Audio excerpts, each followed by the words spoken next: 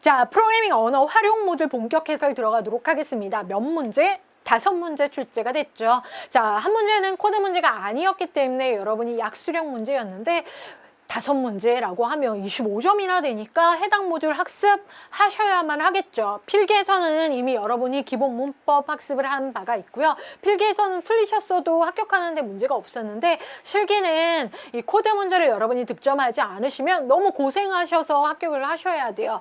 자, 기본 20점 정도는 무조건 맞을 수 있는 모듈입니다. 학습하시면 출제가 된다라는 거죠.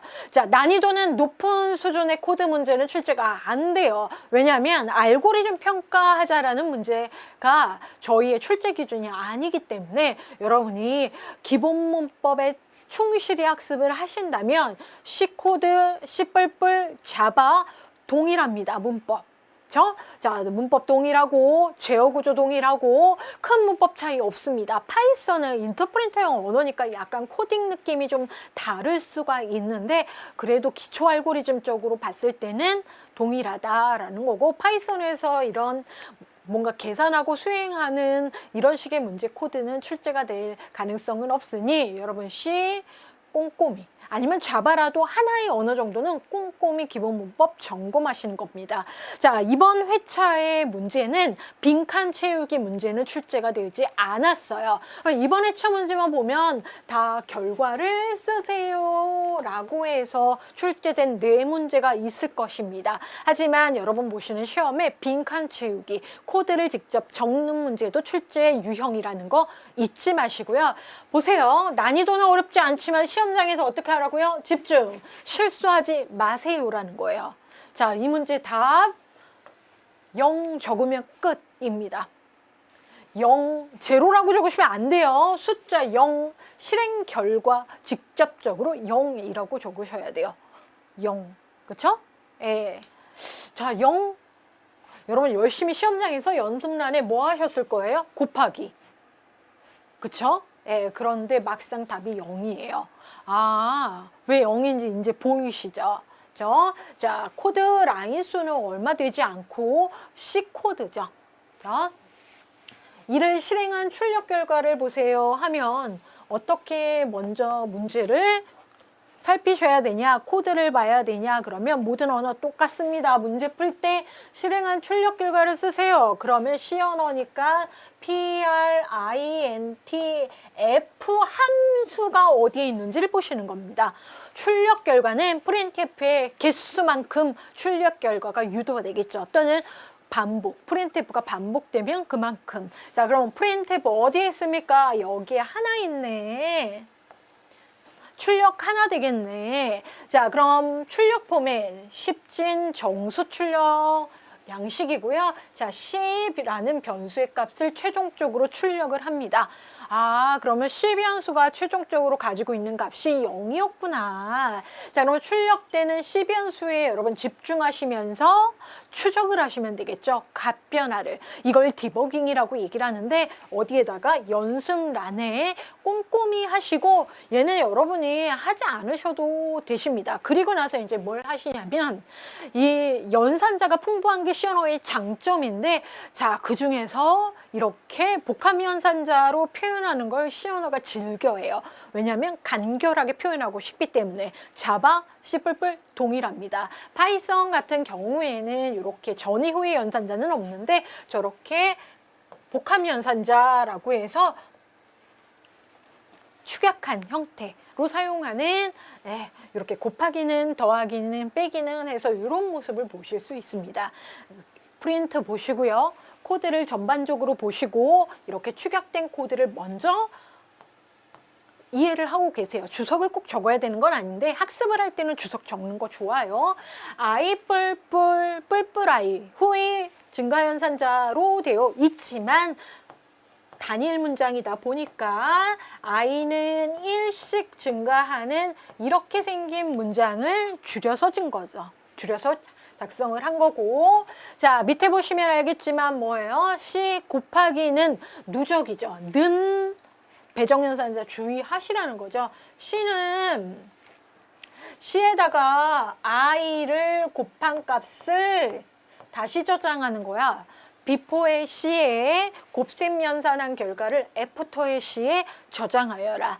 이걸 제가 누승이라고 얘기를 했죠.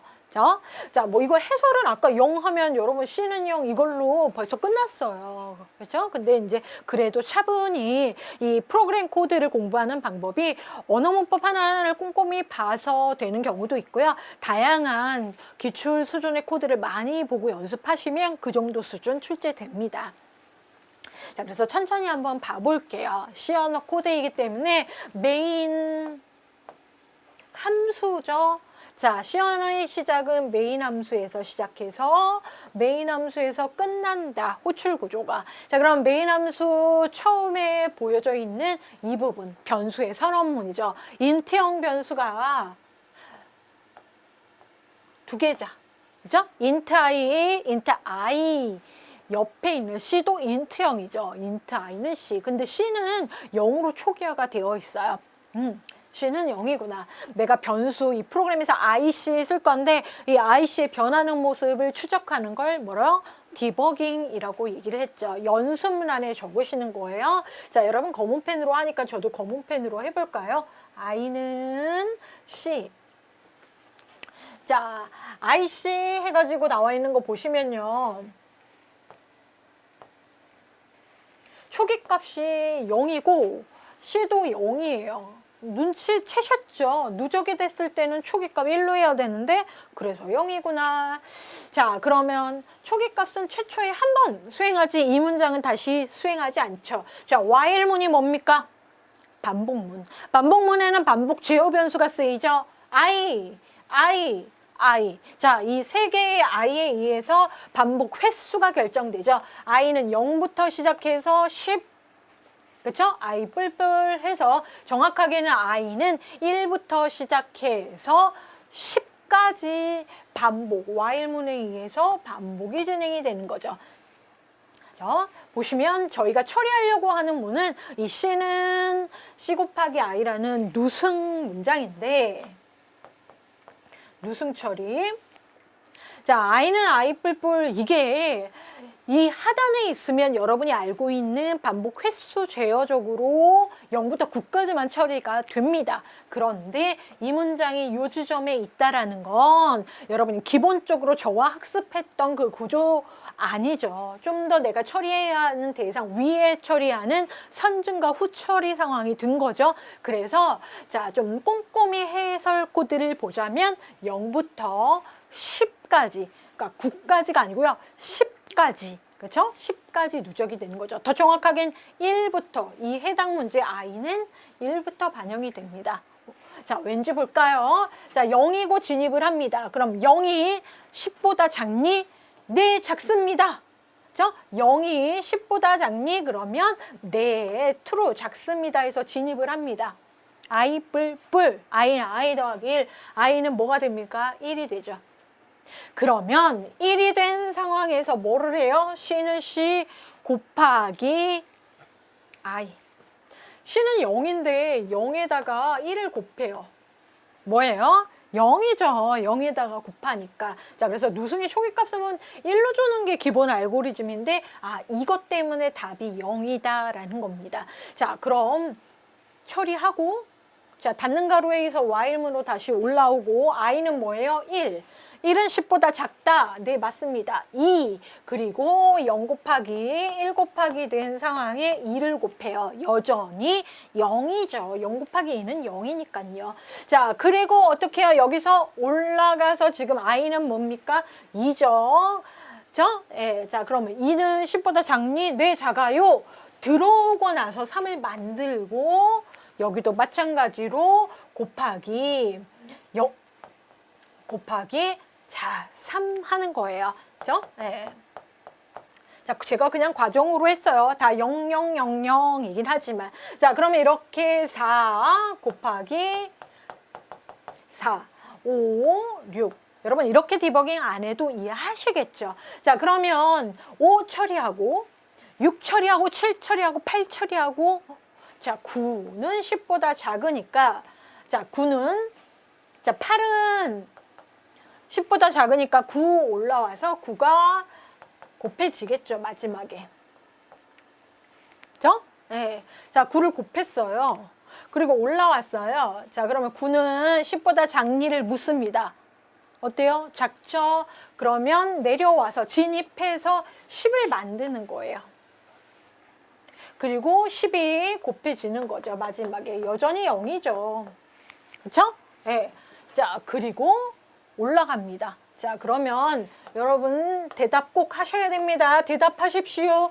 10이 10보다 작니? 이렇게 물었을 때 대답은 뭐예요? 펠스. 거짓이네요.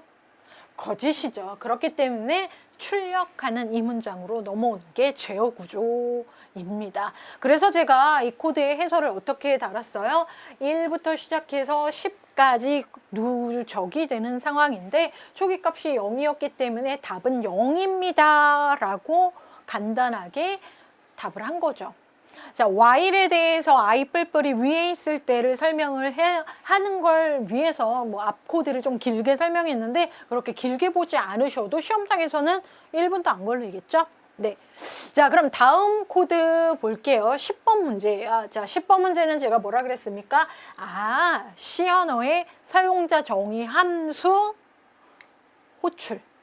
호출에 대해서 묻는 거죠. 자, C 언어에서는 함수라고 얘기를 했고요. 그렇죠? 자, 그리고 나서 뭡니까? 자바에서는 보통 함수라는 표현보다는 메소드란 표현을 하죠. 왜냐하면 내부, 클래스의 내부 함수이기 때문에 메소드, 멤버 함수를 얘기를 하죠. 하지만 기본적으로 C 언어의 함수에 대한 학습이 잘 돼 있으시면 자바가 어렵지 않죠. 자, 똑같이 들어가는 겁니다. C 코드구나. 그쵸? 실행한 출력 결과를 쓰시고 했구나. 자, 부분 점수 없어요. 출력 결과 쓰는 건 다 하나입니다. 자, 그러면 코드를 위에서부터 쭉 봤는데 프린트 어디에 있어요? 여기에 있구나. 해서 프린트 F 함수를 먼저 따지세요.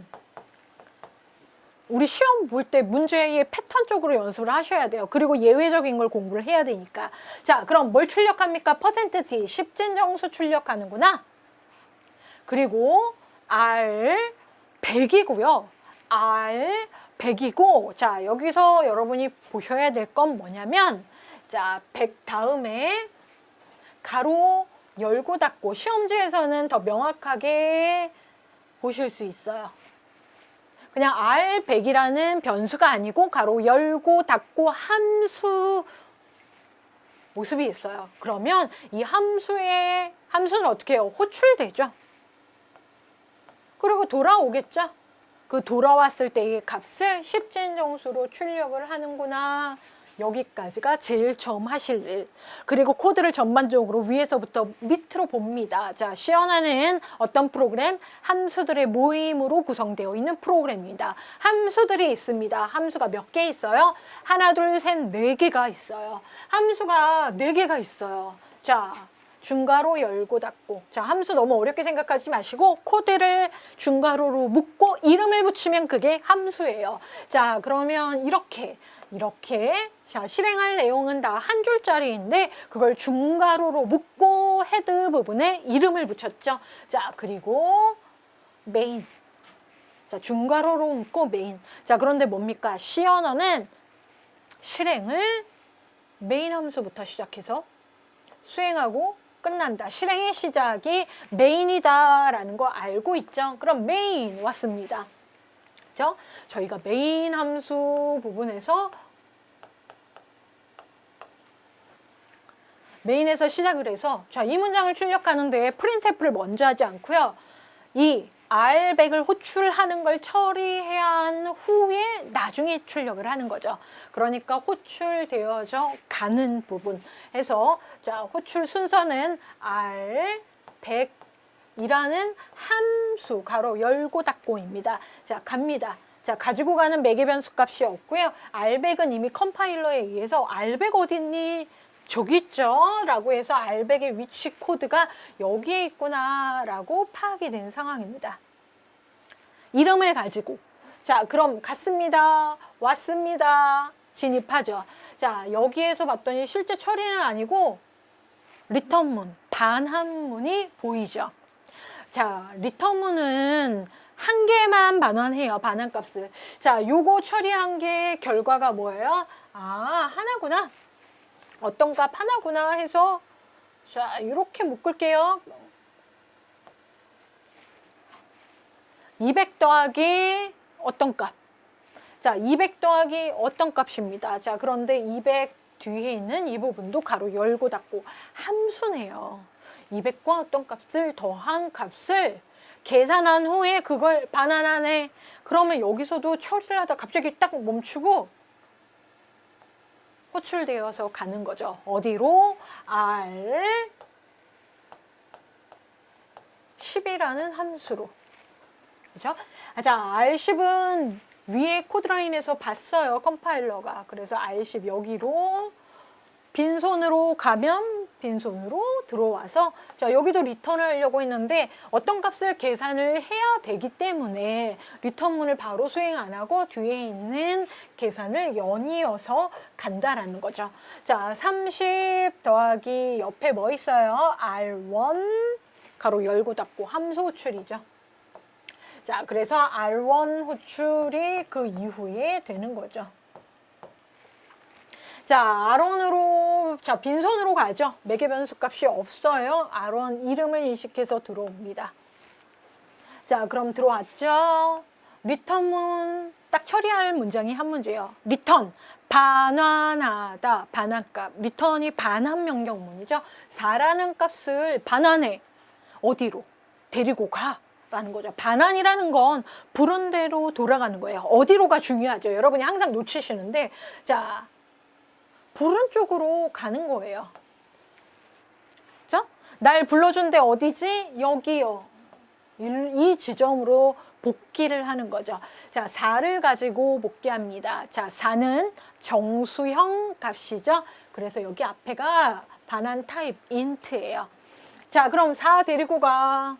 자, 빈손으로 왔다가 4 데리고 갑니다. 자, 그래서 여기 갔다가 왔어요. 4 데리고 왔구나. 그죠? 예, 4 데리고 왔구나. 점. 자, 그러면 여기도 마찬가지예요. 네. 자, 보세요. 자, 빈손으로 갔다가 4 데리고 왔어요. 그리고 나서 30과 4를 더해요. 그럼 여기에서 34라는 정수값이 나오게 되죠. 자, 그러면 이 34를 어떻게 해요? 리턴합니다. 빈손으로 왔다가 34 데리고 가라고 해서 여기로 34 호출한 위치로 34가 데리고 와지는 거죠. 자, 그러면 34 데리고 온 상황에서 34를 200과 더하니 234가 되는 거죠. 자, 234 보시면 234 정수죠. 얘도 234 가지고 나가라. 어디로? 날 호출한 이 지점으로 해서 234가 메인에 최종적으로 반환하면 이걸 정수로 출력해라 라고 하면 값이 234가 되죠. 자, 다시 한번 얘기할까요? 호출, 호출, 호출, 호출. 빈손으로, 빈손으로, 빈손으로, 빈손으로 갔다가 호출했을 땐 항상 반환이 됩니다. 자, 그런데 여기서 4라는 정수를 반환을 했고요. 자, 4에서는 계산해서 34라는 값을 가지고 반환이 이루어지고 거기에 200 더해서 자, 234라는 값을 가지고 최종적으로 메인에 복귀를 해서 시작이 메인, 끝이 메인이다 라고 해서 시언어의 함수의 제어의 시작과 끝까지도 정확하게 여러분 알 수 있는 거죠. 자, 갔다가 오는 겁니다. 그렇죠? 반환. 이게 콜과 반환. 그렇죠? 콜리 상황에서 이루어지는 일이죠. 리턴 상황에서요. 자, 그래서 자, 10번도 여러분 제가 이렇게 좀 정확하게 설명을 했는데 이 문제 딱 봤을 때 시험장에서 여러분 234라고 하시는 데는 전혀 문제가 없으시겠죠? 자, 그럼 11번으로 볼게요. 자, 11번 정도는 항상 출제의 범위입니다. 뭐예요? 퍼센트 연산자 문제입니다. 여기서도 결과를 쓰세요 나와 있고 PR, INTF 먼저 쓰실 거고요. 그렇죠? 네, 프린트 F에 자, 프린트 F인데 자바의 경우에는 세 가지의 메소드, 출력과 관련된 게 우리 시험에서 언급이 돼요. 자, 프린트 메소드, 시스템.out 내부에 프린트 메소드가 있고요. 그죠? 예, 어떨 때는 프린트 ln 이라고 되어 있는 메소드를 여러분 보실 거고, 또 하나는 프린트 C언어랑 같이 프린트 F라는 메소드도 우리 시험에서는 언급을 합니다. 그래서 코드에서 이런 프린트 계열의 메소드가 있는지를 가장 먼저 보세요. 자, 있습니까? 네, 여기 있네요. 자바 프린트 시스템.out 프린트 뭘 출력해라? sum이라는 변수의 값을 최종으로 출력해라. 자, 프린트는 여기 하나 있죠. 자, 여기도 부분 점수 없습니다. 출력 결과 단 하나다라는 겁니다. 자, sum이라는 변수를 추적해서 계산 과정의 마지막에 저장한 값을 출력하시면 되고, 자, 조금 더 자바에 대해서 익숙하지 않으신 분들이 있기 때문에 굳이 얘기를 드린다면, 자바는 객체장 언어죠. 자, 객체장 언어인데 자바의 경우에는 그 객체의 틀을 클래스로 감싸서 정의를 합니다. 자, 그래서 클래스가 가장 외부에 있고요. 자, 클래스 내부에 메소드가 메인 메소드가 있어서 해당 클래스를 실행 클래스라고 얘기를 합니다. 자, 여기서도 마찬가지로 실행은 퍼블릭 클래스 해서 실행 클래스의 메인 메소드부터 실행을 하고 제어가 시작되고 끝나는 거죠. 자, 그러면 구조는 이렇고요. 여러분은 항상 메인에서부터, 메인 아닌 메소드가 있으면 메인에서부터 여러분 실행 진행을 하면 되는 거죠. 자, 변수 자바 똑같습니다. 시언어와 인트 보이시죠? 정수행 변수 i와 sum이 있는데 이 i와 sum이 0값으로 초기화를 하고 있네. 어렵지 않죠. 그럼 0으로 시작하는 summation 해서 0부터 시작을 하네. 뭘 누적하나 보다. 그쵸? 누적하나 보다. 그리고 여러분 눈에 들어오는 게 뭐예요? while이구나. 반복 구조, 제어 구조가 있구나. 자, while하면 여러분 머릿속에 세 개의 시작, 끝. 그쵸? 증강값. 과 관련된 제어 변수 i를 생각하죠. i가 뭐예요? 0부터 시작해서 끝 조건은 0보다 작다 나와 있고요. 자, 어떻게 해요? i 뿔뿔 해서 1씩 증가하는구나. 0부터 1씩 증가해서 0보다 작을 때까지 반복하는구나 해서 먼저 while의 반복 구조를 파악을 하시고 그 안에서 이런 처리를 하는 겁니다. 자, 관련해서 출제위원이 계정 전과 달랐죠. 그럼 계정 전 코드와 이 코드의 좀 차이점이 뭐냐면, 공부를 워낙 지금 방대하게 하고 계시니까, 자, 제어 구조에 i 뿔뿔 해서 나와 있는 게 실제적으로 일반적으로 프로그래밍 코드에서는 하단으로 처리를 합니다. 선처리 후 증가. 그렇죠? 그런데 지금 올해 출제된 코드의 while문 쓰는 타입을 보면요, i 뿔뿔을 위에 써놨어요. 좀 특이한 거예요. 그렇죠? 네, 일반적으로 여러분이 뭐 프로그램 경험이 있으시거나 좀 다른 코드들, 좀 분량 있는 코드들 보셨을 때도 뭐 좋다 나쁘다라고 얘기는 안 하지만 보통은 하단 처리를 하는데, 우리 지금 이번 회차 문제에 좀 저렇게 특이한 사항으로 코딩이 되어 있네요.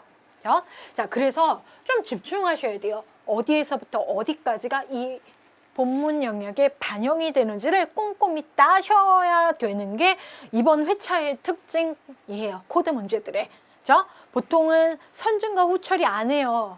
그죠? 선처리 후증가 하는데 이 부분이 우리가 알고 있는 while 코드와 좀 다르게 되어 있다라는 거예요.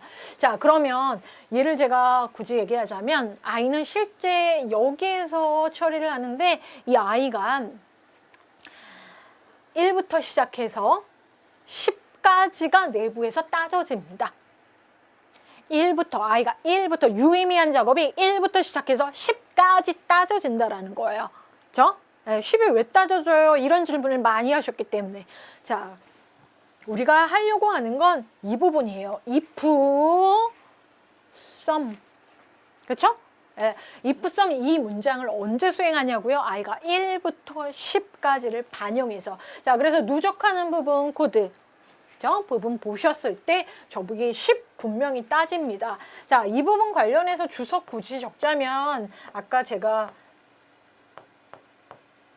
프린트하고 나서 이렇게까지 설명드렸으면 좀 더 정확했겠죠? 근데 여러분 잘 알고 계시니까 기존의 썸에다가 i 값을 더하는데 우리는 i 값이 어떨 때 if의 이 조건을 만족하지 않을 때 처리한다라는 거죠. 자, if문과 관련해서도 우리 시험 문제에서는 단순 if문이 출제가 많이 돼요. else 없는 거요. else 없는 거. 자, 그런데 이 if의 문장이 하나일 때는 중괄호를 생략할 수 있어요. 개발할 때는 되게 나쁜 습관인데 우리 시험 문제에서는 이렇게 생략을 해요. 근데 정확하게는 continue가 이 괄호 안에 있는 거예요. 그죠? 자, 그럼 continue 시험 문제구나. 두 가지예요. 이번 문제는 퍼센트 연산자와 continue 처리에 대한 이해. 를 묻는 문제. 딱 정보 처리 수준이고요. 그거에서 조금 쉬운 축에 속하는 문제예요.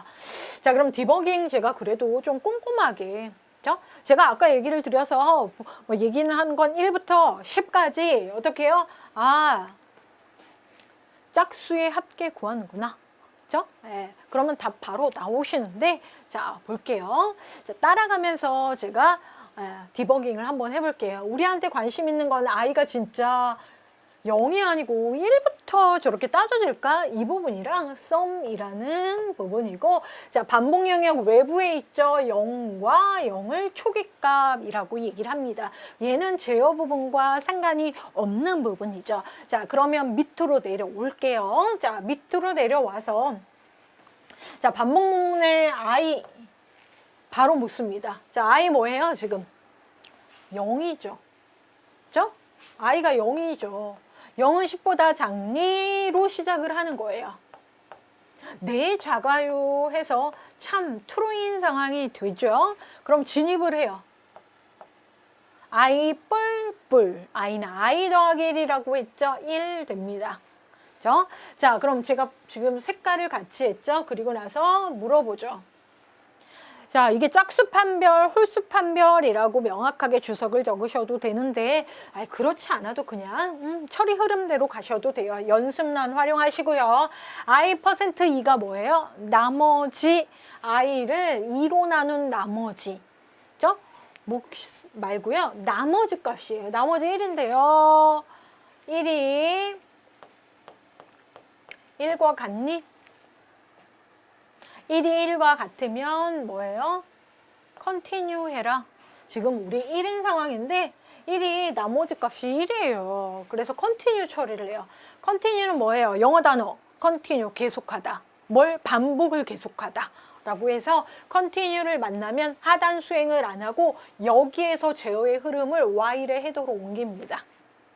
계속 반복을 하려고요. 아, 올라갔네. 자, 그러면 컨티뉴를 수행을 하는 이 부분은 i가 2로 나눈 나머지가 1이다 라고 하면 홀수 판별 하는 코드예요. 정보 처리에서는 짝수 판별 코드를 좀 좋아하는데 이번 회차 문제에 홀수 판별하는 조건식이 주어진 거죠. 자, 홀수 판별.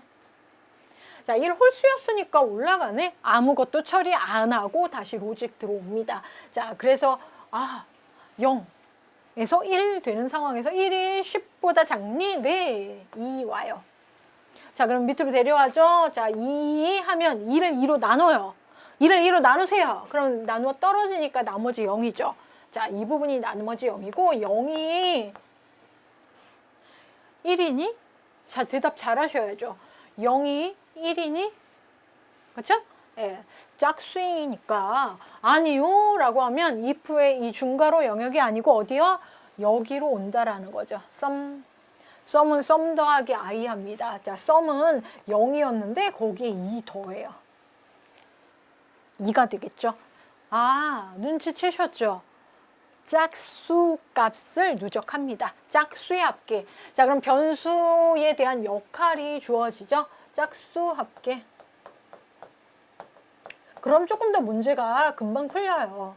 그러니까 디버깅을 하셔도 뭐 부담이 없는 10개, 그쵸? 하시면 되는 건데, 그래도 여러분이 좀 점검하시는데 도움이 되세요. 확신하시는데. 자, 다시 올라와서, 자, 아이가 10보다 작죠? 2니까 진입을 하죠. 진입을 해서 3을 만들고, 3은 여기서 판별을 하죠. 3은 나누어 떨어지지 않고 1이니까 컨티뉴에 의해서 패스. 자, 그러면 다시 올라가서, 자, 홀수는 이렇게 바로 올라가는 거예요. while head로 올라가는 길이 2개가 있는 거죠. 자, 그럼 짝수인 4를 만들어요. 진입을 하고 여기서 더했죠? 네. 자, 그러면 4는 나누어 떨어지니까 이미 0 더하기 2 되어 있는 상황에서 4를 더하는 거죠. 그리고 짝수면 여기서 올라가네 해서 짝수일 경우는 i가 이렇게 while문 해도로 올라가고요. 홀수인 경우에는 이렇게 continue에 의해서 올라가는 거죠. 자, 4도 어떻게 해요? 10보다 작으니까 올라가서 진입하고 5를 바로 만듭니다. 그죠? 그리고 6 짝수기 때문에 0, 2, 4 더하기 6 된 상황에서 아래에서 위로 올라가서 6을 7로 만듭니다. 자, 짝수, 홀수. 자, 홀수가 7이니까 어떻게 해요? 컨티뉴에 의해서 올라가고요. 8 해서 짝수니까 0, 2, 4, 6, 8 더한 썸 더하시고 여러분 덧셈 잘하니까 자, 8 더하는 거죠. 자, 그럼 9 다시 진입을 했죠. 8은 10보다 작으니까 더해서 9 만들고 9는 홀수니까 나무 작업 안 하죠? 예. 자, 8이니까 진입해서 9를 만들고 9는 홀수니까 아무 작업 안 하고 while로 올라간다. 됐죠? 자, 그러면 9는 10보다 작니? 네, 작아요니까 들어오겠죠? 진입합니다. 그쵸? 예, 블럭 들어오고 10을 만들어요. 자, 10은 짝수니까 0, 2 마지막으로 더하는 건데요. 4 더하기 6 더하기 8 더하기 10 분명히 더해요, 여러분. 10 분명히 더해요. 자, 10 더하고 올라가요. 짝수인 10이 올라갑니다. 자, 마지막이죠. 10이 대답하셔야 돼요. 10보다 작니? 뭐라고 대답하실 거예요? 아니요. 펠스예요. 진입을 안 하죠. 그렇죠? 10은 하지만 이미 더해졌고 판별해서 진입을 안 하고 자, 출력해라. 뭐를? 썸값을. 자, 여러분 2 더하기 4 더하기 6 더하기 8 더하기 10까지 더합니다. 자, 10까지 더한 결과는 30이라고 해서 딱 30만 딱 적으시면 맞습니다. 자, 시험지에 코드에 이렇게 너무 지저분하게 낙서하지 마시고 연습란 활용하시면 좋을 것 같습니다. 자, 결론적으로 코드 보고 홀짝수 판별하는구나. 자, 어떻게 해요? 짝수의 합계인데 이 짝수의 합계에 반영되는 식은 1부터 10까지의 수가 실제로 판별이 처리해야 되는 if와 sum 내부에서 자, 처리가 되는구나 라고 해서 1부터 10 사이의 짝수의 합계라고 저는 정리하고 싶은 코드입니다. 자바 문제예요.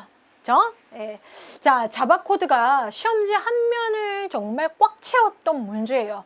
너무 들쑥날쑥해요, 시험지가 진짜. 자, 이 문제에 논란의 여지가 많았는데요. 실제 코드의 완성도가 너무 낮아요. 그죠? 자, 이 문제 어려웠어요? 아니요. 함수만 좀 꼼꼼히 잘 알고 계시면 어려웠은 문제가 아닙니다. 자, 출제의 의도가 약간 비껴갔어요. 왜냐면 저희 시험에서 정보 처리에서 처음으로 등장하는 추상 클래스, 앱스트랙트 클래스, 앱스트랙트 메소드, 오버라이드 부분을 평가를 할 수 있었던 부분인데 그 부분이 약간 누락이 됐고요. 뭐 이미 구현이 되어 있으니까.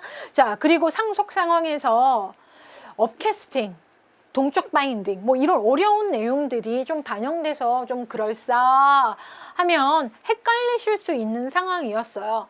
그렇죠? 다형성 문제를 조금 더 능동적으로 구현하면. 근데 그 정도 수준까지 안 됐어요. 그냥 여러분 자신감 가지시고 나는 함수를 잘 알고 메소드 호출을 잘 했다. 그러면 답이 명확하게 헷갈릴 게 없는 문제였어요. 해당 문제는. 자, 그러면 이건 오버라이드도 아니에요, 여러분. 답은 뭐 답은 답안지에 있지만 vehicle name is spark. 앞에 카가 아니고요. 이렇게 답안을 작성하셔야 돼요. 당연히 출력 결과이기 때문에 부분 점수 없지요. 그죠? 자, 코드 설명을 드리는데 일단 그래도 자바 코드인데 이렇게 분량적으로 여러분이 압박을 받으시면 너무 어려우니까 이렇게 많은 분량을 좀 쪼개서 일단 해설하고 답 쉽게 한번 찾아보자고요. 자, 여러분 규칙은 벗어나지 않습니다. 자바 코드고요. 출력 결과 보세요. 그러면 프린트 F, 프린트 ln 메소드 보시는 겁니다. 그죠? 예. 자, 이번에는 쭉 봤더니 프린트 없죠? 딱 하나 문장 보이네요. 시스템.out 속에 프린트 ln 메소드 요게 하나 있네. 어디에 있어요? 메인 메소드 하단에. 아, obj.getName 한 결과를 호출했다가 메소드 갖고 와서 출력하여라 라는 문제였어요. 됐죠? 네. 자, 그럼 그 다음에 뭘 보세요? 전체 코드. 자, 자바 프로그램은 뭐의 모임? 클래스들의 모임. 그렇죠? 자바는 클래스들의 모임 또는 클래스 하나가 자바 파일이 되고 프로그램이 하나 될 수 있는데요. 보시면 해당 코드는 몇 개? 하나, 둘, 셋. 자, 클래스 키워드 하나, 클래스 키워드 둘, 클래스 키워드 셋. 그렇죠? 세 개로 되어 있는 세 개의 클래스를 가진 프로그램을 여러분 보시고 계십니다. 자, 클래스 세 개에 특히나 두 개의 클래스는 관계를 맺고 있어요. 자, 위에는 abstract 해서 추상 클래스고, 자, 밑에는 extends 보였더니 상속 관계. 아, 이 클래스와 이 클래스는 상속 관계구나. 그리고 밑에는 그렇죠? exam 클래스라고 나와 있는데 이게 실행 클래스입니다. 메인 메소드를 가지고 있는 실행 클래스. 일반 클래스. 그렇죠? 자, 이렇게 구조를 파악하십니다. 자, 그러면 일단 우리 컴파일러처럼 상단에 있는 vehicle이라고 나와 있는 부모 클래스에 대해서부터 살펴볼게요. 자, 이 부분 좀 출제가 아쉬운 문제예요. 왜냐하면 자, 좀 전에서도 얘기했지만 abstract 키워드가 클래스 앞에 있죠. 자, 이거 추상 클래스거든요. 뭐 저 부분이 원래 빈칸으로 되어 있으면 참 좋았을 문제이기도 합니다. 추상 클래스는 왜 추상 클래스일까요? 자, 문법적으로는 abstract 붙었으니까 이거 얘를 추상 클래스라고 꼭 해야 되는 이유는 내부의 멤버를 하나 이상의 추상 메소드를 가지고 있으면 abstract 클래스입니다. 자, 그럼 추상 메소드 때문에 추상 클래스가 되는 거예요. 자, 다른 클래스처럼 필드, 멤버 변수도 있고요. 다른 뭐 당연히 생성자 있고요. 그렇죠? 다른 메소드들이 있습니다. 그런데 저렇게 abstract 붙은 메소드가 하나 있으면 반드시 추상 클래스. 그럼 추상 클래스의 정의는 추상 메소드를 포함하고 있는 클래스다. 그럼 궁금한 게 추상 메소드죠. 자, 그럼 추상 클래스 속에 있다고 하는 얘가 추상 메소드예요. 자, 메소드는 헤더가 있고 바디가 있어요. 함수이죠. 클래스 내부에 멤버 함수 있죠. 자, 그런데 추상 클래스는 헤더만 있어요. 헤더만. 중괄호가 열고 닫고 있으면 에러 나요. 그래서 반드시 세미콜론으로 헤더 부분에 대해서 메소드의 이름과 그죠? 그리고 안에 있는 그죠? 인수들 표현까지만 하고요. 중괄호 있고 없고 없어요. 있으면 에러예요. 추상 클래스 문법은 이렇게 헤더 부분만 있고 세미콜론 한다. 그죠? 메소드의 구조만 표현하고 앞에 abstract 붙인다. 아, 나는 구현은 안 했는데 바디는 없는데 이런 기능을 가지고 있을 거야. 추상적이죠. 그죠? 예, 추상적이죠. 구체적인 구현이 없고 계획만 있는 추상 메소드입니다. 자, 그럼 이런 추상 메소드는 반드시 사용을 하기 위해서는 어떻게 해요? 상속 상황에서 구현이 반드시 되어야만 한다. 더 정확하게는 오버라이드 되어야만 한다. 얘는 부모가 될 수밖에 없습니다. 추상 클래스는 구조적으로 또 문법적으로도 그렇고 부모 클래스예요. 상위 클래스 위에 있으니까요. 그리고 기본 클래스라고 하셔도 좋습니다. 자, 그러면 멤버 볼게요. 부모인데 부모는 스트링이랑 스트링 네임 필드가 이름이라는 멤버를 가지고 있어야 하겠구나 라고 해서 이렇게 구성을 해놨어요. 정의를 해놨어요. 네임 멤버 필드가 있구나. 그리고 메소드가 자 이렇게 추상 메소드가 있고요. 그리고 실제 제가 이거는 그냥 여러분이 이 앞전 2회차에서 여러분이 슈퍼 키워드를 학습한 적이 있기 때문에 조금 더 그래도 그럴싸하게 코드를 약간 수정을 손본 상황에서 자 부모죠. 부모의 생성자. 자, 이 부분 뭐예요? 자, 주석 적을게요. 부모 생성자입니다. 제가 부모 클래스니까 부모자 굳이 붙일게요. 자, 디폴트 생성자는 아니고요. 부모 생성자이면서 매개 변수를 갖는 생성자입니다. 기본 생성자가 아니고 매개 변수를 갖는 부모 생성자입니다. 자, 그러면 VAL이라는 매개 변수가 있으면 그 매개 변수를 dis.name에 초기화한다. 이 네임이죠. 자, dis. 자기 자신을 가리키는 포인터고요. 자, 여기에 지금 값을 외부에서 초기화할 때 지정할 수 있는 거죠. 대입. 자, 그리고 생성자 있고요. 추상 클래스 있고요. 그리고 또 하나 뭐 있습니까? 일반 메소드, getName 메소드가 있습니다. getName 메소드. 자, getName 메소드 잘 볼까요? getName 메소드의 경우에는 이름이 getName이고요. getName. 그리고 외부에서 매개 변수 값은 없어요. getName. 그쵸? 자, 그리고 get함수 특징처럼 return문 하나를 가지고 있는데 반환하는 거죠. 반환문. 쌍따옴표 보이십니까? 문자열을 반환하는구나. 자, 문자열 앞에 있어요. 쌍따옴표. 비해클 한 칸 띄고 네임 한 칸 띄고 콜론 해서 문자열 보이시고요.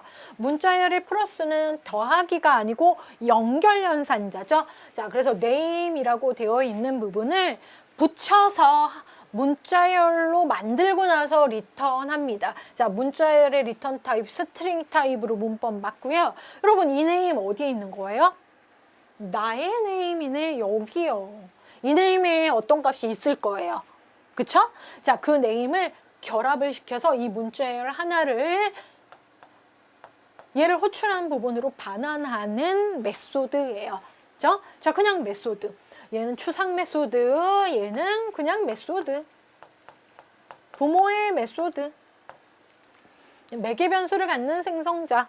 자, 이게 가장 위에 있는 클래스였고요. 추상 클래스. 자, 추상 클래스를 부모로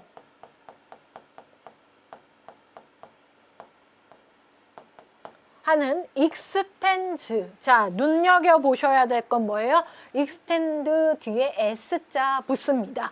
빈칸 혹시라도 나오면. 저 extends. 자, 부모, 자식. 카가 부모인 추상 클래스를 상속을 받습니다. 그래서 굳이 부모 클래스, 자식 클래스 라고 얘기를 할게요. 자, 그러면 얘 자식 클래스죠? 상속.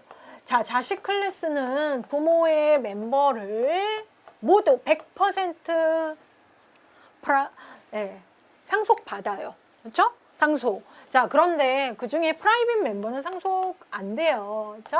예. 클래스이다 보니까 부모 멤버 다 받고 내가 추가하거나 수정해야 할 부분이 바디 부분에 나와 있어요. 자, 부모의 멤버 스트링 네임 필드를 받았고요. 자, 여기 카 뭐예요? 생성자구나. 그죠? 생성자. 자, 생성자 칸데 안에 스트링 밸류라고 해서 뭐가 있어요? 매개 변수가 있으니까 매개 변수를 갖는 각 생성자 오버라이드 여러 개 있을 수 있죠. 오버로딩. 자, 그럼 안에서 뭐를 하죠? 안에서 내가 넘겨받은 VAL을 슈퍼 호출을 합니다. 슈퍼는 상위라는 뜻이죠. 그래서 부모의 생성자로 VAL을 갖고 가서 처리를 한다라는 거죠. 자, 부모의 생성자 앞에서 배웠죠. 자, 슈퍼에 의해서 여기로 들어와요. 그렇죠? 네, 슈퍼의 VAL, 그 VAL 값이 일로 들어와서 네임을 초기화하는 거죠. 보통 이렇게 씁니다. 네, 솔직히 얘기하면 우리 시험에 이렇게 쓰는 게 더 일반적인데 낯설게 이런 식의 표현이 있었어요. 좀 이해가 안 가죠. 보통 이렇게 자바에서 이런 식의 표현 잘 하지 않는데, 자, 슈퍼점 네임과 여기의 네임은 동일한 네임이고요. VAL 넘겨받는 것을 대입했죠. 더 정확한 의미로는 매개 변수를 가지고 필드를 저장하였다, 값 지정하였다라는 거죠. 아무튼 생성자 역할에 충실한 코드가 하나가 있었습니다. 매개 변수를 갖는 생성자. 자, 그러면 카이는 생성자 있고요. 하나, 둘, 메소드가 두 개가 있어요. 자, get name.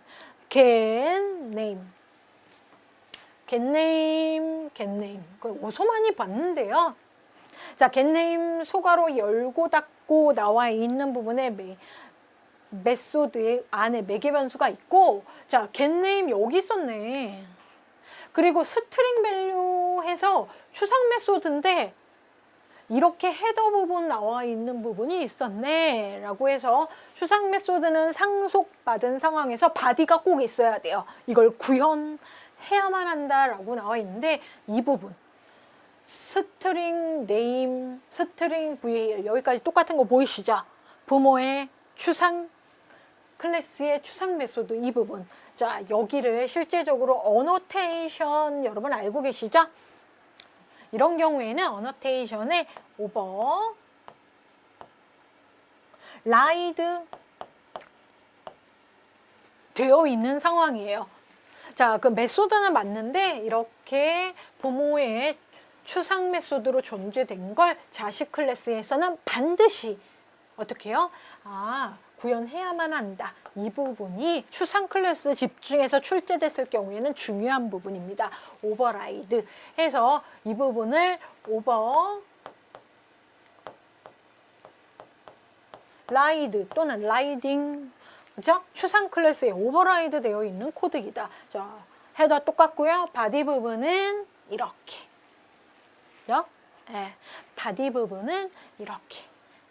카네임에 필드를 그렇죠? 결합시켜서 바나나요라는 기능입니다. 뭐 기능 자체들이 다 get 기능을 가지고 있고요. 자, 함수 이름에 충실하네요. 자, 밑에 있는 get name 똑같네요. 네. 자, 똑같은데 안에 인수는 하나 있는데 바이트의 배열로 되어 있고요. VAL은 바이트 단위로 연결을 시켜서 문자열로 반환하는 기능 똑같아요. 자, 그런데 여기는 제가 뭐라고 적을 거냐면요. 이 오버라이드는 추상 메소드, 부모의 추상 메소드의 오버라이드고요. 이 부분은 자식의 지금 오버라이드 된 결과 나와 있는 getName이랑 이름이 같지요. 그쵸? 예, 이름이 같아요. 매개 변수 한 개지만 타입이 다르죠. 이거는 로딩. 이름이 같은 메소드, 오버로딩. 그죠? 오버로딩 되어 있는 상황이에요. 그죠? 예, 매개 변수의 타입이 다르죠. 개수는 같지만. 자, 그래서 자바의 오버라이드와 오버로딩 상황, 오버라이드는 좀 특이하게 추상 메소드로. 좀 문법이 어렵지만 이건 수업이라고 생각하시고요. 이 문제를 푸는 결과는 어렵지는 실제로 않았습니다. 자, 그리고 보시면 메인 메소드 포함된 실행 클래스 하나가 있고요. 출력하고 있네요. 자, 윗부분에서 나와 있는 이 부분이 지금 지난 회차, 이번 회차 출제가 되고 있는 부분이에요. 자, 객체를 생성하기 위해서 NEW, 지난 회차에 NEW 적는 게 빈칸 채우기 문제였어요. NEW. 어렵지 않죠? NEW. 자, NEW가 뭐예요? 객체 생성하는 연산자예요. NEW. 자, 는 오른쪽에 항상 먼저 처리가 돼서 는, 카 이 부분이 객체 생성하는 겁니다. 아주 정확하게 왼쪽은 객체가 아니고요. 객체를 참조하는 참조형 변수예요. 참조형 변수의 오른쪽에 있는 뉴, 카 이 부분이 객체 생성하는 부분입니다. 자, 그래서 객체가 동쪽으로 힙 영역에 생성이 돼요. 자, 그런데 여기 어떤 객체죠? NEW의 카 객체네요. 카 클래스로 되어 있는 자식 객체. 우리가 두 개의 클래스가 있었는데 그 중에 카라고 되어 있는 자식 객체가 생성이 돼요. 자, 객체가 생성되면 생성함과 동시에 생성자 자동 호출. 생성자라는 메소드를 자동 호출합니다. 최초 1회. 객체, 그렇죠? 메커니즘이에요. 객체 생성돼서 NEW로 객체 생성하면 객체를 만들고 나서 힙 영역에 자동으로 생성자라는 메소드를 호출을 합니다. 자, 그래서 카의 생성자를 자동 호출합니다. 자식의 생성자 자동 호출해요. 그런데 안에 뭐 있어요? 스파크. 자, 스파크 있으면 자식의, 더 정확해요, 매개 변수를 갖는 생성자. 생성자 여러 개 있을 수 있거든요. 자, 가는 거예요. 가요. 그리고 멤버 초기화를 하고 옵니다. 자, 그럼 그 객체의 이름을 바로 OBJ라고 붙여주는데, OBJ 앞에 이 자리가 원래는 카여야 해요. 그렇죠? 예. 그런데 부모형이죠. 참조 변수 OBJ를 붙이는데 OBJ가 이 객체를 우리가 참조할 수 있도록 도와주는 참조형 변수인데 부모의 형이에요. 이 부분에서 업캐스팅이라는 게 일어나요. 자, 묵시적으로 업캐스팅, 부모형으로, 그렇죠? 난 자식 객체인데 부모형으로 OBJ를 활용할 수 있게 객체 참조 변수를 만들어요. 자, 근데 우리는 일반적으로 이 OBJ를 객체라고 표현을 해요.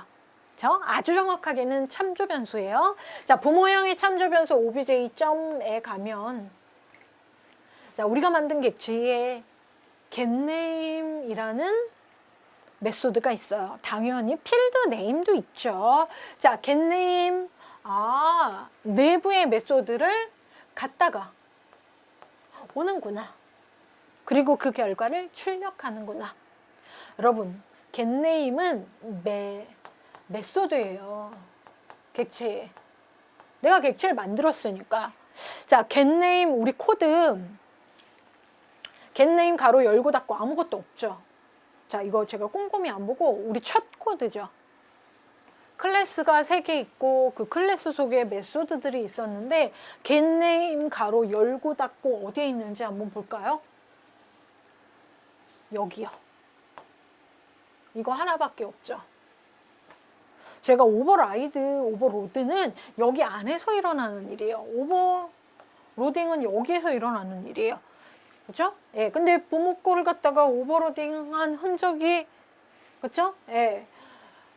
여기에 있기는 하지만 보시면 알겠지만 이름은 똑같지만 이거 오버로딩 상황은 맞지만 얘는 정확하게 오버라이드고요. 자, 오버로딩이고요. 오버로딩은 그 안에서만 일어나는 거지 외부에서 일어나는 건 아닙니다. 그리고 중요한 건 매개 변수 없는 건 얘밖에 없어요. 얘 호출하는 거예요. 답, vehicle, name, car, 스파크. 그쵸? 네, 스파크입니다.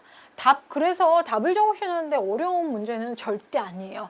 자, 여러분, 코드에는 어려운 개념들이 들어가 있어요. 그런데 이 문제 답 맞히실 수 있어요. 자, 시험장이라고 합시다. 12번 코드 처음 봤습니다. 코드 양 맞네. 그리고 나서 봅니다. 출력 결과 자바에서 그러면 쭉 보고 뭐 찾으시라고요? 프린트 ln. 자, 프린트 ln에 obj.getName 메소드 갔다가 오면 갔다가 오면 그 값이 있을 텐데 문자열 결과를 출력하여라. 그 코드네. 자, OBJ는 바로 위에 봤더니 OBJ에서 객체가 생성되어 있네. 아, OBJ로 뉴카를 했더니 대문자 스파크라고 해서 생성자에서 멤버 필드에 대해서 초기화했구나. 이 정도. 그렇죠? 자, obj.getName 가로 열고 닫고 4개 변수 없죠? 그렇죠? 가는 게 없어요. 자, 코드 그냥 쭉쭉 봅니다. 상속 상황이네. 자, 근데 쭉쭉쭉쭉 getName 가로 열고 닫고 리턴 문자열 하나 있네. vehicle name 뭐요? 스파크. 이거 출력했구나 해서 vehicle name 스파크 끝. 자, 5분 안 걸렸죠. 그렇죠? 왜냐면 우리가 이걸 처음 공부하는 게 아니고 시험장에서는 자바 코드 안 걸 풀이를 하실 거니까. 그렇죠? 자, 근데 제가 여기서 학습을 하면서 설명을 좀 많이 한 거죠. 장황하게 한 거죠. 자, 그래서 여러분 시험장에서 답 5점 맞는 건 어려운 상황이 아니고 조금 더 간결하게 한번 그래도 리뷰하자면 vehicle이라는 추상 클래스 부모로 갖고, 자, 부모를 익스텐즈로 상속을 받은 자식에서는 추상 클래스 속에 있는 추상 메소드를 반드시 뭐 해야 돼요? 오버라이드 해야 된다. 오버라이드는 자, 정의가 뭐예요? 클래스 간 부모와 자식 간의 이름이 동일한 메소드에 대한 재정의, 오버라이드. 그쵸? 예, 재정의. 자, 그리고 나서 보시면, getName. 그쵸? 예, getName. 그리고 여기에 getName 있었는데, 여기도 getName. 이렇게 클래스 안에서 일어나는 일을, 클래스 안에서는, 클래스 간이 아니에요. 오버로드가 일어난 상황이다. 지금 앱스트랙트에 대해서는 간단하게 하고 넘어왔고요. 자, 메인 왔을 때는 주의할 건 이 부분 학습을 좀 더 잘 하시는 걸 강조해 드려요. 자, new. 자식 클래스를 생성할 때는 자식 클래스의 생성자 호출을 자동으로 합니다. 나 자식이니까 내 생성자 있거든. 자, 그러면 카의 스파크라는 문자열을 가지고 생성자 호출하러 갑니다. 매개 변수를 갖는 생성자. 어디요? 카의 매개 변수를 갖는 생성자 여기요. 뭘 가지고 왔어요? 스파크. 자, 스파크 네임. 그렇죠? 스파크를 가지고 네임. 내가 상속받은 스트링에 초기화를 하죠. 자, 슈퍼로 가서 슈퍼의 모모의 클래스에서 네임을 초기화해서 자, 상속도 받았고 이 네임이 지금 스파크의 정보를 가지고 있죠.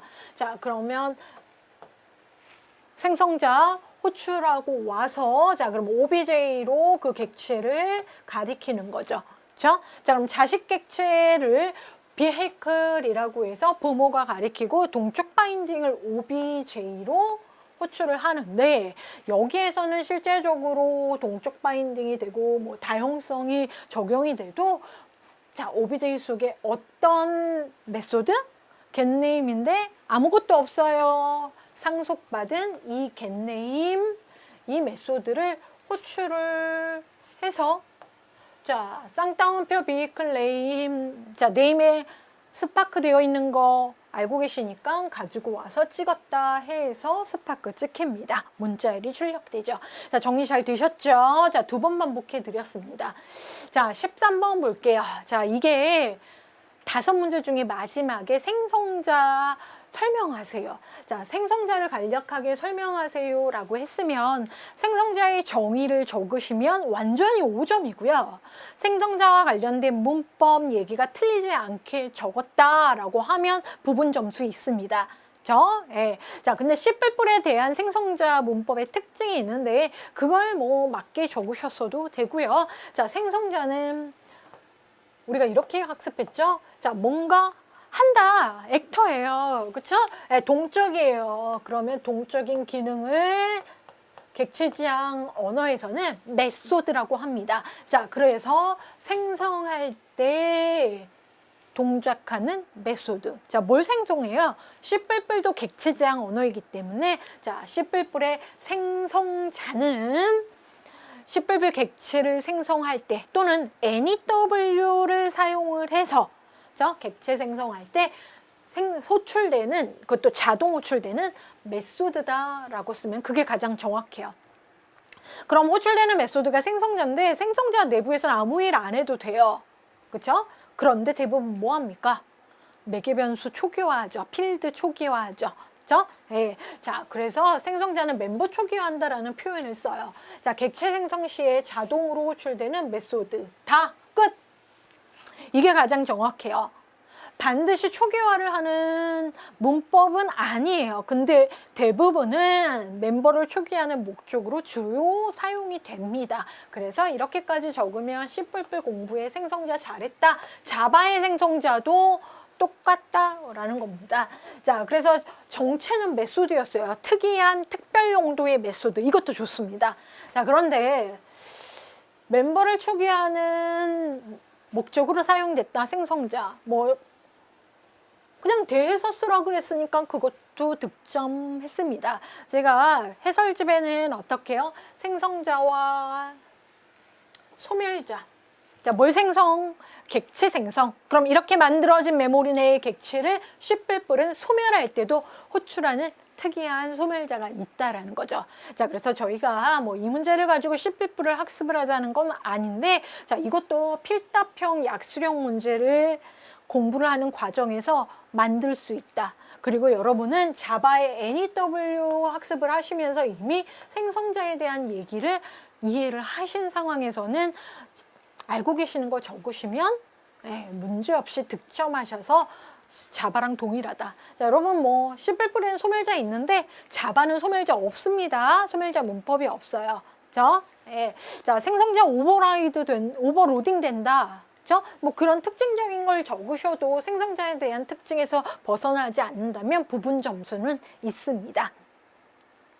자, 그럼 다음 모듈인 스키마해서 데이터베이스와 관련된 기초적인 기술 내용들에 대해서 출제가 되는 부분이었어요. 이 부분도 네 문제가 출제가 됐는데 운영체제 부분이 이번 회차에는 출제가 안 되고 DB와 데이터베이스와 네트워크 쪽 프로토콜 두 개가 출제가 됐죠. 약수령 문제인데 기존 기출에 있었어요. 스키마에 대해서 간략히 설명하세요. 스키마, 스킴. 스키마는 뭐예요? 데이터베이스에서 데이터베이스와 관련된 정보를 기술하는 메타데이터를 모아놓은 DB이다. 그죠? 뭐 이건데, 자, 이렇게 스키마는 데이터베이스에 전체적인 키워드는 구조와 제약 조건을 기술한 거다, 명세한 거다, 메타데이터로 되어 있다. 뭐 이런 스키마에 대한 성격, 또 스키마는 3단계로 되어 있다, 각 단계가 있다, 이렇게 적으셔요. 자, 그러면 정의를 적었을 때는 5점 나가고요. 뭐 종류만 적었다, 이런 정의 설명이 없이 종류만 적었다 그러면 부분 점수는 점수 100점의 득점이 딱 3점이다 4점이다 정해져 있는 게 아니고 그 가지수에 따라 정해져 있는 채점의 룰에 의해서 부분 점수는 부여가 되는 겁니다. 그렇죠? 자, 만약에 스키마의 정의에 대해서 설명하세요 그러면 종류를 설명한 거는 빵점이죠. 그렇죠? 자, 그래서 여러분이 이 약수령 문제일 때도 스키마에 대해서 정의, 장점, 특징 이런 게 있는 경우와 없는 경우에 채점 방식이 달라진다라는 걸 명확하게 알고 계셔야 됩니다. 자, 관계대수에 기호 쓰세요. 자, 그럼 기호 적어야죠.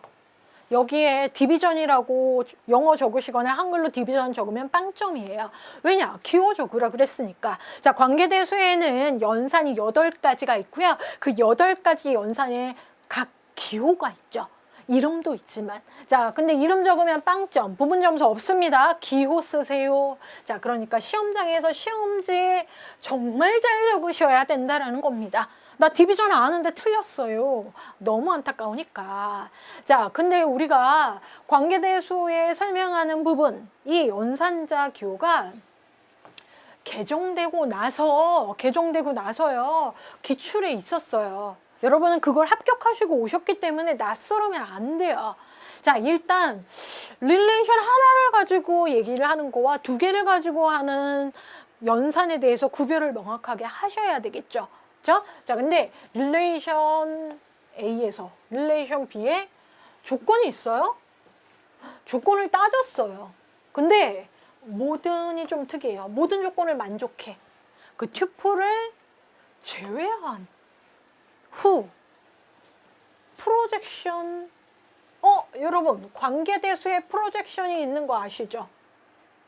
프로젝션 연산자가 아니고 프로젝션 처리를 튜플 제외한 다음에 두 동작하는 연산자. 그럼 여기 프로젝션 해서 파이 적으시면 틀린 거죠. 자, 문제 꼼꼼히 읽으시고. 해당 부분은 해설에서 얘기를 했지만 디비전 연산이에요. 기호를 쓰세요 하면 이것만 득점하시는 겁니다. 부분 점수 없어요. 예. 만약에 연산을 쓰세요 그러면 디비전 또는 영어로 디비전 연산이라고 적으셔야 돼요. 그래서 문제의 문미를 좀 꼼꼼히 읽으시는 게 오답을 피하시는 방법, 주의할 점입니다. 시험장에서 여러분 마스크 쓰면 너무 힘들어요. 그래도 집중하셔야 된다라는 거. 풀이는 이렇습니다. 관계대수와 관련해서는 조만간 어떤 문제가 나올 거냐면 SQL 문장 적으세요. 나오죠? 나왔죠 이미? 관계대수 문장 서술하는 문제 곧 출제됩니다. 관계대수는 원하는 정보와 그 정보를 어떻게 유도하는가를 기술하는 절차적인 방법. 어떻게 원하는 정보 what과 어떻게 how까지 과정까지 기술하는 절차적인 방법의 연산, 릴레이션 간 연산입니다. 관계 해석도 연산이죠. 그래서 릴레이션과 릴레이션의 연산이라고 알고 계시면 되고, 기능적으로는 순수관계 연산, 일반 집합 연산 있습니다. 우리한테 익숙한 건 합집합, 교집합, 차집합, 교차, 곱, 카디션 프로덕트 연산인데요. 합집합, 교집합, 차집합, 교집합 어떻게 해요? 튜플 간, 튜플 간에 합하고 공통되는 거, 그리고 차집합, 교차고 모든 순서상 경우 하는 것이고요. 순수관계 연산 릴레이션 안으로 들어갑니다. 안으로 들어가서 이거 주의하셔야 되죠. 셀렉트 또는 셀렉션 연산은 SQL이랑 달라요. 반대예요. 키워드는 수평적 연산. SQL은 수직이죠. 근데 셀렉트, 셀렉션이고요. 프로젝트 연산은 수직 연산 해서 수평적으로 튜플을 추출하는 연산가죠. 예. 디그리를 부분화해서 속성, 필드를 추출하는 수직적 연산. 조인은 이렇게 나비 넥타이 기호를 가지고 있고요. 두 개, 릴레이션을 결합시킨다라는 게 키워드예요. 교차곱은 순서상, 모든 순서상이 키워드고요. 디비전을 두 릴레이션 A에 대해서 B 릴레이션의 모든 조건을 만족하는 튜플을 릴레이션 A에서 분리해내서 프로젝션 한다. 튜플을 분리해내서. 이대로 저희 필기에서 학습한 바가 있죠. 그럼 저희는 지금 기출풀이는 너무 쉬웠고, 그래도 여러분 이거 질문을 많이 하셔서 해설을 조금 한번 해드리려고 합니다. 디비전 연산에 대한 연산 정의고요. 필기 기출문제 2020년 3회 기출문제에서 우리 풀이를 했죠. 이게 연산이 무슨 정의를 얘기하는 건지 좀 난해요, 선생님. 이런 경우라. 다음 R과 S의 두 릴레이션에 대해, 두 릴레이션 R과 S, A, B죠. 대한. 똑같죠. 디비전 연산은 수행 결과가 답이 4였는데 왜 4였냐면 릴레이션 B, S에 그쵸? 네. 이쪽에 두 개의 속성이 있고요. 그죠? 두 개의 속성이 있고 디그리 그죠? 두 개의 1A 해서 튜플을 하는데 이거와 관련한 요렇게 생겨져 있는 모든 조건을 만족하는 튜플 1A 여기 있네요. 그쵸? S 쪽에 1A. 그쵸? 네. 그리고 여기도 1A. 얘는 좀 구조가 너무 단순해서 그런데 이렇게 나와 있는 만족하는 자, 모든 조건이라는 건 이 두 개의 쌍, 그래서 튜플의 구성을 만족하는 튜플들을 릴레이션 A에서 분리해내요. 자, 만족하는 이 두 개예요. 얘는 아니고, 자, 만족하는 튜플 두 개. 그죠? 튜플들을 A에서 분리해내요. 이렇게 분리를 했어요. 여기까지. 분리 두 개죠? 프로젝션 하는 연산. 추출하는 거죠. 프로젝션. 자, 프로젝션 어떻게 한다고요? 아, 세로로. 이쪽을 S를 분리해서 나머져 있는 A, B를 남게 한다. 그래서 4번. 그래서 이렇게 처리하는 거를 저렇게 정리했구나. 디비전이었습니다.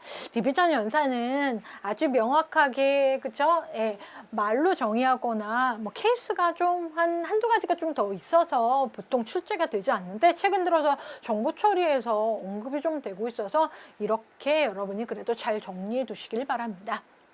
자, 16번 응용 소프트웨어 기초기술 활용의 프로토콜 문제. 그죠? 자, 이번엔 동적 라우팅 프로토콜 적으세요예요. 자, 이건 제가 조금 더 문제를 보강해 봤는데요. 자, 시험장에서 자, 프로토콜이나 이름을 적을 때 약어가 있고 약어가 그쵸? 약어가 따로 존재하는 단어들이 있어요. 아니면 풀스펠링. 그럴 때 영문약어로 쓰세요가 뒤에 붙는 경우가 있고요. 그냥 그것은 무엇인가 여기서 끊는 경우가 있어요. 자, 만약에 무엇인가 라고 하면은 풀스펠링을 적으셔도 맞고 약어를 적으셔도 맞아요. 근데 만약에 시험장에 가셔서 영문약어로 쓰세요가 있으면 풀스펠링 적으면 빵점이에요. 그죠? 둘 다 적으면 안 되고요. 약어 적으라 그럴 땐 정말 약어만 적으세요. 자, 이 문제의 키워드는 시험지에 대규모 네트워크가 있었고요. 대규모 네트워크와 관련된 라우팅 프로토콜, 더 정확하게는 링크 상태 라우팅 프로토콜, 이게 키워드로 존재를 했어요. 이게 키워드로 존재했어요. 자, 대규모 네트워크를 안정되게 운영할 수 있는 퓨어 라우팅 프로토콜로 최적의 경로를 계산할 때 SPF 또는 다이젝스트라 알고리즘을 이용한다. 이건 제가 추가한 건데 이런 알고리즘이 반영돼서 각 목적지까지 최적의 경로를 계산하는 동적 라우팅 프로토콜. 자, 시험장에서는 대규모의 동적 라우팅 프로토콜, 더 정확하게는 링크 상태 프로토콜, 이 두 가지가 키워드로 있었습니다. 자, 그러면 답 생각나세요? 두 가지 중에 하나죠. 그죠? RIP보다는 그거는 제한이 있어요. 규모의 제한. 대규모에 적합한 동적 라우팅 프로토콜, 링크 상태 프로토콜은 OSPF라고 적으시는 겁니다. 뭐 소문자 적으셔도 그건 맞아요. 근데 제가 약어로 적으라 그랬으니까 얘만 답이고요. 만약에 저 풀네임으로 적으세요. 이런 건 지금 출제하기가 좀 그렇고요. 약어가 빠졌다 그러면 둘 중 하나만 적으시면 됩니다. 자, 그래서 OSPF는 당연히 출제가 될 건데 출제가 됐고 저희 필기에서는 이미 먼저 나왔죠. RIP와 관련돼서 또는 OSPF는 항상 출제가 돼 있는 거죠. RIP가 홉이 15개로 제한이 있으니까 그거보다 조금 더 널찍하게 내부 라우팅 프로토콜로 안정화되고 대규모에 적합한 게 OSPF다. 여러분 이미 학습하신 거니까 정의적으로 자, 17번도 마찬가지로 저는 영문 약어를 적어봤어요. TCP IP에서 IP 계층에서 신뢰성 없죠. 비연결형 프로토콜인 IP를 대신해서 송신 측으로 그렇죠? 네트워크의 IP 상태 및 에러 메시지를 전달해주는 프로토콜. 자, 이런 문제 상황. IP 상태나 에러 메시지를 문제 상황을 전달하는 프로토콜을 ICMP라고 얘기를 합니다. 자, TCP와 관련해서는 주요 시험 범위죠. 그래서 ICMP, 약어니까 ICMP 해주셨으면 좋겠고요. 자, 만약에 그런 게 없다 그러면 둘 중에 하나 소문자로 적으셔도 좋겠다. 자, 시험장에서 이렇게 가로 열고 약어와 동반해서 적는 경우는 채점의 뒷부분은 하지 않습니다. 오타 나올 수 있으니 여러분 정확하지 않을 경우에는 약어를 적으시는 게 맞습니다. 자, 이 문제 속상하죠. 그죠? 자, 그런데 정확하게 18번 문제는 시험 범위에 제가 기타로 뽑았는데요. 이 약수령 문제는 프로그래밍 언어 활용 모듈 맞습니다. 자, 프로그래밍 언어 활용하면서 식별자, 변수명. 자, 변수명을 짓는 방법이 있어요. 자, 권고안도 있고, 뭐 그런 습관적으로 하는 관습이라는 게 있는데, 헝가리안 표기법에 대해서 설명하세요. 라고. 간략하게 설명하세요. 헝가리안 표기법에 대한 문제가 약수령이 나왔는데 우리 이거 기타니까 마이너스 하기로 했잖아요. 마이너스 5점 하죠. 자, 그래도 한번 봅시다. 헝가리안 표기법 이것 때문에 기분은 나빴어요. 시험장에서. 근데 이렇게 당황하는 문제가 나왔을 때 여러분 무시하시라는 거죠. 그럼 연습을 하고 가셔야 돼요. 어려운 문제 나올 수 있어요. 그럼 포기하세요. 그 문제만. 근데 그 문제 때문에 다른 문제를 포기하시면 안 된다라는 걸 강조를 드리고 싶습니다. 자, 컴퓨터 프로그램의 변수명에다야 또는 함수명. 그죠? 예, 그러니까 대부분 식별자. 근데 변수명을 얘기하는데 식별자 이름을 작성할 때 데이터 타입의 정보를 이름의 접두어로 둔다. 그죠? 예, 이 언어마다 약간의 헝가리안 표기법에 대한 그 약어의 접두어의 그쵸 인덱스 역할을 하는 접두형의 약어 표현이 있는데 그 중에 뭐 인트형이다 그러면 나는 넘버니까 그냥 NUM 하고 싶은데 T를 내는 거예요. 이건 인트형 변수예요. 그죠? 예, 이렇게 문자열이다 그러면 그냥 name이라고 하면 되는데 str을 붙여라 라고 해서 그런 관습 행위를 헝가리안 표기법이라고 한다라고 해서 그러한 코딩 규칙이다. 그러니까 키워드는 자료형의 정보가 변수명에 추가되는 것이다. 이렇게 적으시면 됩니다. 자, 그냥 뭐 보너스로 알고 계신 분들은 득점하실 수 있고 이건 맞아야 되는 문제가 아니라고 생각하시는 게 맞습니다. 자, 리팩토링은 나올 줄 알았잖아요. 여러분, 필기에도 실기에도 주시험 범위예요. 자, 그런데 실기에서 굳이 구별할 수가 없다라고 생각하실 수도 있어요. 아주 정확하게 얘기 드렸죠. 실제 구현하는 프로그래밍 언어 활용 모듈에 있습니다. 자, 그런데 이 문제 약수령 문제인데 이런 경우 주의하세요. 리팩토링에 대해서 간략히 설명하세요. 이렇게 안 나오고요. 목적을 설명하세요라고 나온 특이한 문제예요. 자, 그러면 정의를 내가 썼어요. 5점 안 줘요. 그죠? 정의에 대해서만 적었을 때는 부분 점수는 좀 부여한 걸로 알고 있습니다. 하지만 정확하게 문제의 의도는 목적 또는 장점, 단점을 쓰세요 하면 장점, 단점에 대해서 적어야지 원래 배점이 나가는데 그나마 저희 정보 처리에서 필답형에서 채점의 기준이 좀 넓은 범위에서 넉넉하게 유연하게 채점하고 있습니다.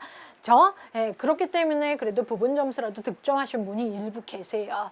자, 목적은 무슨 목적이다? 뭐뭐를 위해서, 그렇죠? 또는 아예 목적이라고 적으세요. 자, 이런 목적으로 한다. 리팩토링은 이런 목적으로 한다. 무슨 목적? 가독성을 높이고. 가독성을 높이는 목적으로 한다. 끝! 리팩토링은 유지보수를 편리하게 하려고 한다. 끝! 그렇게만 적으면 5점이에요. 뭐 이걸 이렇게 많이 적으라는 게 아니에요. 자, 원래 정확하게 리팩토링은 이러한 작업인데 이런 목적을 가지고 수행한다. 이게 정말 좋겠죠. 자, 리팩토리 정의를 할 경우에는 부분 점수 부여한 걸로 저는 알고 있는데 틀린 얘기를 적으면 감점이 아니고 아예 빵점이에요. 틀린 얘기가 포함되면. 자, 리팩토링을 하면 성능이 좋다. MMO 하면 빵점이에요. 어떤 성능이 좋냐 이거예요. 가독성도 성능의 일부고요. 유지보수도 성능의 일부예요. 자, 보통 성능이라고 했을 때에는 개발을 빨리 할 수 있다. 리팩토링을 통해서. 그러면 그건 성능이 좋아진 거 맞죠. 자, 그렇게 해서 프로그램을 빨리 작성을 해서 성능이 좋다. 버그를 빨리 잡아낼 수 있다. 근데 리팩토링은 키워드는 가독성이 있습니다. 쉽게 이해할 수 있다. 자, 그래서 뭐 또는 좀 명확하진 않을 때는 목적은 겉으로 보는 소프트웨어의 기능은 변경하지 않고 내부적인 구조만 변경한다. 이건 정의죠. 그런데 이 문장에 이해하기 쉽고 이것 때문에 수정하기 쉽다. 그렇게 만드는 과정이다.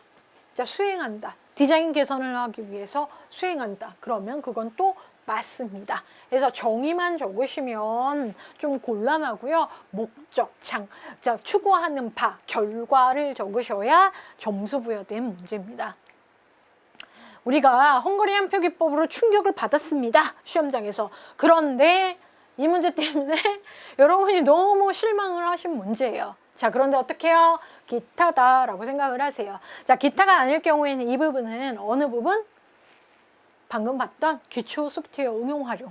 그죠? 응용 소프트웨어 기초 활용 그 부분에 속하는 거죠. 네트워크 쪽 문제. 그쵸? 네. 자, 공통으로 들어갈 적합한 용어.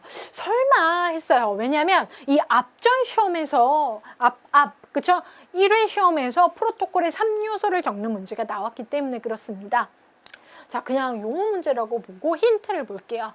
자, 해당 문제는 솔직히 말하면 전공서에 있는 본문이었기 때문에 출제에 이런 문제를 출제하면 돼요 라고 했을 때 뭐 인용 자 공단의 그쵸 문제 은행에 존재하니까 출제 범위도 왜곡되지 않고 보안 쪽 그쵸 예, 교재에서 출제가 됐는데 이렇게 설명을 한 게 틀린 건 아니라는 거죠. 그죠? 예, 틀린 건 아니고 범위 안에 있다라는 거예요. 안타까운 문제입니다. 자, 그래서 마이너스 5점 할게요. 우리는 이거 맞을 게 아니라는 거고 이런 거 나왔을 때는 당황하지 말고 아유 알면 쓰면 5점이죠. 고득점 합격. 자, 본래의 의미는 외교 분야에서 의뢰 또는 의정서를 의미하는 용어였다. 원래 영어 공부하셨으면 좀 그래도 그 이 IT 쪽 공부하기 전에 알고 있었다 그러면 알 수 있는 단어이긴 해요.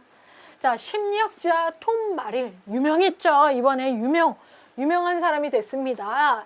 자, 톰 마릴이 컴퓨터가 자, 메시지를 전달하고 메시지가 제대로 도착했는지 확인하고 확인되지 않았을 경우에는 다시 재전송하는 이런 일련의 절차, 방법을 가리켜 기술적 은어라는 뜻에서 뭐라고 했다라고요? 본래 의미는 외교 분야에서 의뢰, 이게 키워드예요. 의정서.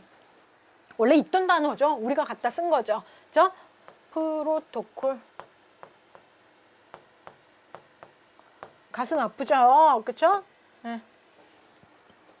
언젠간 출제 또 다시 됩니다. 이렇게 난리가 났었는데도. 자, 프로토콜 또는 영어로 프로토콜 쓰세요. 왜냐하면 영문으로 쓰세요 라고 안 적혀 나와 있으니까 또는 이렇게 적으라는 게 아니에요. 이렇게 적으시거나 이렇게 적으시면 맞다. 자, 그래서 우리는 컴퓨터 사이에서 데이터 전송할 수 있도록 미리 메시지를 송수신 측에 정해진 통신 규칙이다.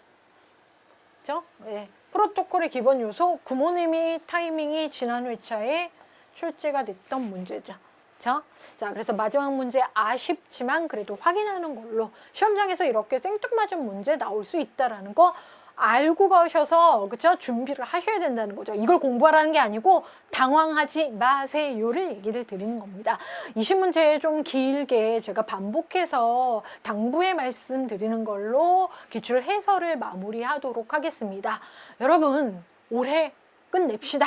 그쵸? 정보처리 실기시험 여러분 어떻게 실력을 손으로 표현하셔야 돼요. 그렇기 때문에 실기시험 할 때는 꼭 손으로 공부를 하시고 여러분 꼭 합격하셨으면 좋겠습니다. 여러분 자신 있으시죠? 합격하는 걸로 알고 있겠습니다. 오늘도 정말 감사합니다. 긴 강의지만 여러분 다 들으셔도 되고 또는 어떻게 해요? 내가 연습하다가 모르는 것만 좀 확인하는 용도로 활용을 하시면 좋을 것 같아서 많은 도움이 되었으면 좋겠고요. 여러분 정말 정보처리 필기실기 공부하시는데 고생 많으셨습니다. 감사합니다.